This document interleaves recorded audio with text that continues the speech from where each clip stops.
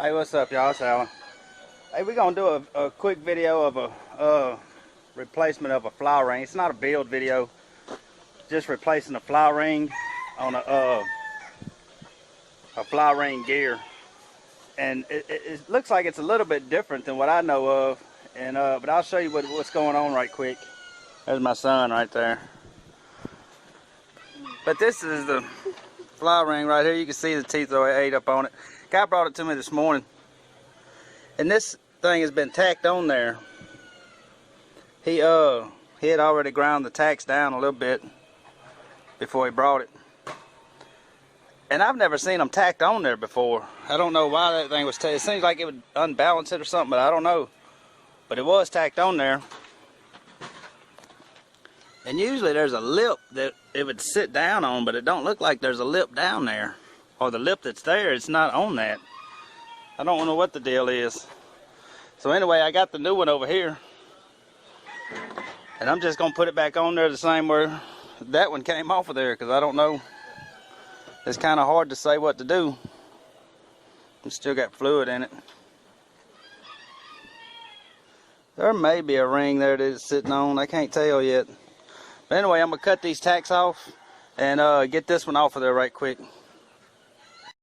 Alright, I cut those few tacks off of there, and I'm just heating the fly ring up right now. And you heat it up and it'll start to pop off of there a little bit. It's already starting to pop. And then I'll flip it over and tap it off of there. It's probably ready to tap off now. Hopefully none of those tacks get in the way of it.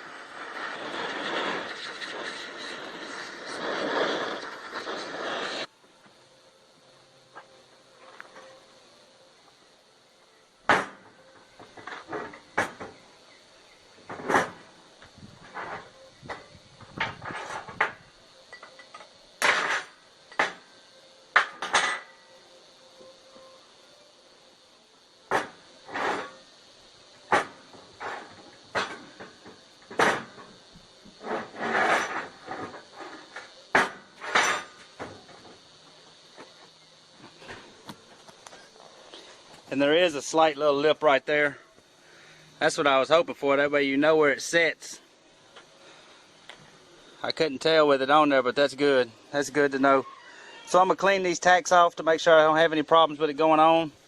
And I'll just use a buffing pad for that. This right here. You don't want to use it with a grinder with it, because you're going to end up messing enough sides up. And that right there will work perfect. And then clean it up with a little emery cloth. Alright, I'm heating the new ring up so it'll go down on there. You'll see it won't just go down on its own until you heat it up.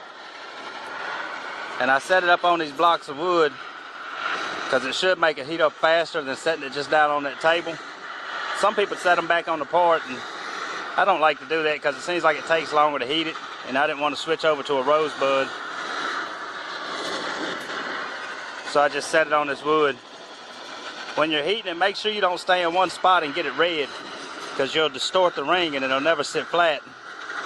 So keep your torch moving. Also, there's a bevel on the inside of this ring. There's actually a bevel on both sides. One side is real tiny and the other side is a deeper bevel. Looks almost like you'd be getting ready to weld it. And that bevel is going to go back to the top side. Well, I guess you would call it the bottom side. I'm calling it the top because that's which way I got it sitting. So make sure that bevel goes to the right side. And once you got it heated up, it should just go right on there.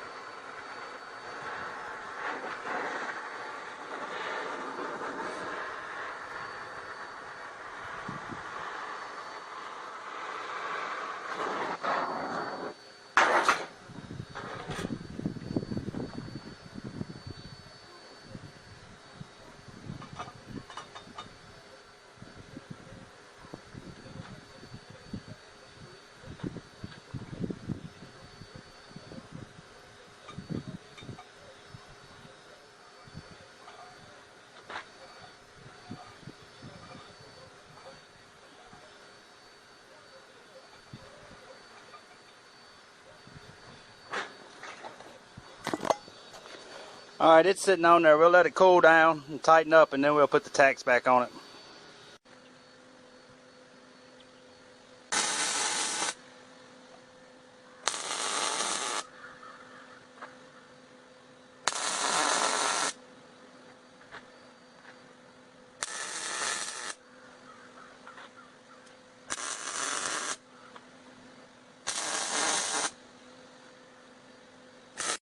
Alright, that'll do it. I just put a few tacks, I think it's 8 of them, right back where they were before. And like I say, I've never seen one of these tacked on before, but I've only seen a couple of these and messed with them. So, I mean, I don't know if that's a common practice or not, and I don't think it is. But this one came with tacks on it, and that's how he wanted it back. So that's how it is. So anyway, just a couple tips. If you do it, try to make sure you get the same amount all the way around. It's kind of hard to do, but get as close as you can. Make sure your ring is sitting flat on that lip. I know you can't see that in there, but there's a lip down there. Make sure it's sitting flat all across that lip.